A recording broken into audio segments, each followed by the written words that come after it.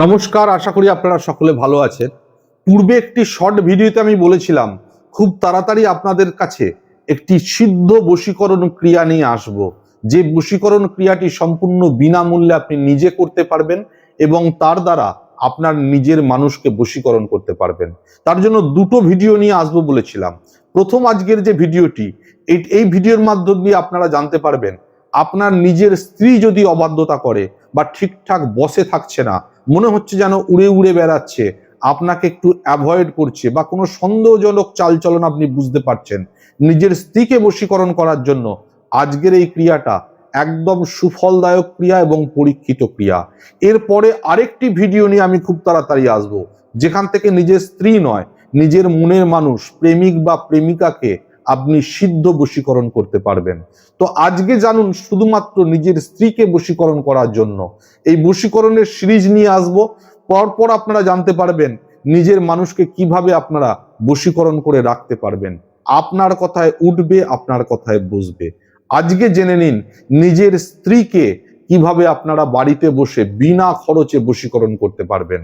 তো যারা এই মুহূর্তে চ্যানেলে নতুন এসে পড়েছেন তাদের কাছে স্বনির্বন্ধ অনুরোধ, পারলে চ্যানেলটিকে সাবস্ক্রাইব বা ফলো করে রেখে দিন, কারণ প্রতিনিয়ত বিভিন্ন রকম টোটকা, বিভিন্ন রকম পরামর্শ নিয়ে আমি আসতেই থাকি, যেগুলি আপনাদের সব সময় উপকারে আসবে, কোনোদিন কোনো ক্ষতি করতে পারবে না।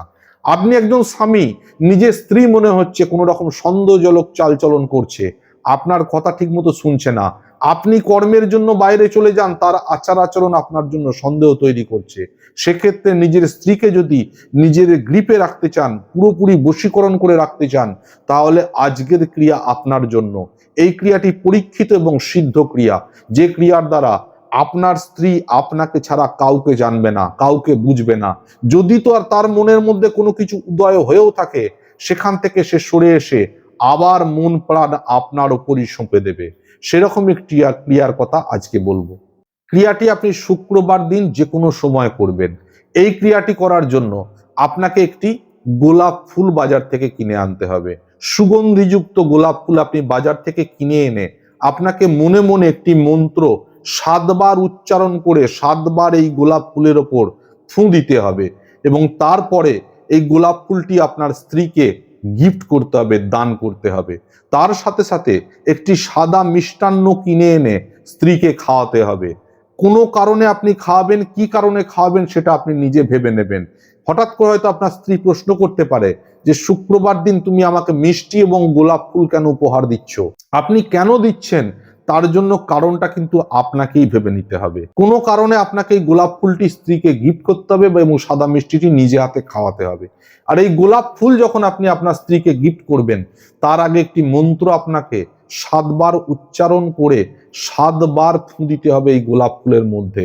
অর্থাৎ অভিমন্ত্রিত এই সুগন্ধযুক্ত ফুল আপনার স্ত্রীকে যদি আপনি প্রত্যেক শুক্রবার প্রদান করতে পারেন, একটি মাস করে দেখুন, 4টে শুক্রবার করে দেখুন, আপনার স্ত্রীর মধ্যে দেখবেন অনেক কিছু অনুশোচনা তৈরি হচ্ছে।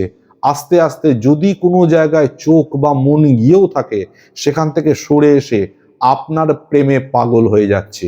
এবং এই গোলাপ ফুল দেওয়ার পরই আপনি সাদা রঙের, অন্য কোনো রঙের নয়, সাদা রঙের একটি মিষ্টি নিজের স্ত্রীকে খাইয়ে দেবেন, নিজে হাতে খাইয়ে দেবেন, কোনো জায়গায় রেখে দেবেন না। এবার আসুন জেনে নিন শেষে যে এই গোলাপ ফুলটি বা এই সুগন্ধযুক্ত গোলাপ ফুলটি কি মন্ত্র দ্বারা অভিমন্ত্রিত করবেন। মন্ত্রটি হলো ওং হ্রিং স্বাহা, ওং হ্রিং স্বাহা। এই ওং হ্রিং স্বাহা বলতে বলতে আপনারা এই গোলাপ ফুলটিতে একটি করে ফুঁ দিতে থাকুন। 7 বার বলা হয়েছে এবং 7 বার ফুঁ দেওয়া হয়েছে। তারপরেই এই গোলাপ ফুলটি আপনার স্ত্রীর হাতে ধরিয়ে দিন।